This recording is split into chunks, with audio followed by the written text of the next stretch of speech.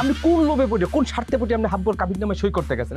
Second chairman কি শেষ পর্যন্ত হাবু মারজানের বিয়েটা হতে দিবে নাকি এখানেও কোনো ঝামেলা পাকাবে? গাইস কি ঘটবে হাবুর স্কলারশিপ নাটকের 254 নম্বর পর্বে 264 নম্বর পর্বে কবে আসবে হাবুর স্কলারশিপ নাটকের 264 নম্বর পর্বটি সবার আগে কিভাবে দেখবেন সেই সমস্ত বিষয় জানানোর চেষ্টা করবো আজকের এই ভিডিওটিতে।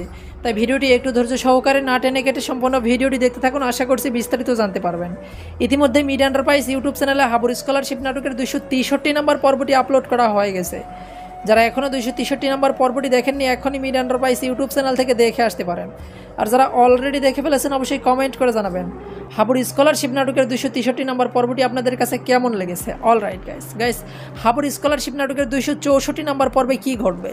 গাইস 264 নম্বর পর্বের মূল আকর্ষণ হচ্ছে এই বিয়ে বন্ধ করতে যে কোনোভাবে এখানে সেকেন্ড চেয়ারম্যান হাজির হবে, কিন্তু সেকেন্ড চেয়ারম্যান এখানে এসেই সবচেয়ে বড় ভুলটা করবে। হাবু কিন্তু কথা দিয়েছিল সেকেন্ড চেয়ারম্যানকে এই বিয়ের অনুষ্ঠানে নিয়ে আসবে। মারজানও প্রতিশ্রুতি করেছিল সেকেন্ড চেয়ারম্যান না আসলে এই বিয়ে কখনোই সে করবে না।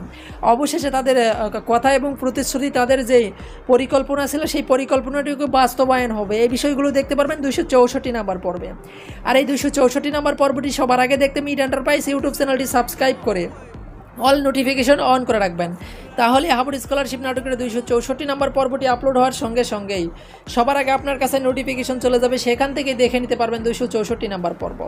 আর গাইস হাবুর স্কলারশিপ নাটকের 264 নম্বর পর্বটি কবে আসবে সেটা বলার আগে আজকের ভিডিওটি যারা কোন জেলা থেকে দেখছেন অবশ্যই কমেন্ট করে জানাবেন। যারা এখন আমাদের চ্যানেলটি সাবস্ক্রাইব করেননি আমাদের চ্যানেলটি সাবস্ক্রাইব করতে বলবেন না। গাইস হাবুর স্কলারশিপ নাটকের 264 নম্বর পর্বটি আপনারা দেখতে পারবেন আগামী বুধবার সন্ধ্যা 7টায় শুধুমাত্র মিড এন্টারপ্রাইজ ইউটিউব চ্যানেলে। আশা করছি গাইস বিষয়টি বোঝাতে পারছে। এই ছিল আজকের ভিডিও। সবাই ভালো থাকবেন, সুস্থ থাকবেন, অন্যায় হতে বিরত থাকবেন। ধন্যবাদ সবাইকে।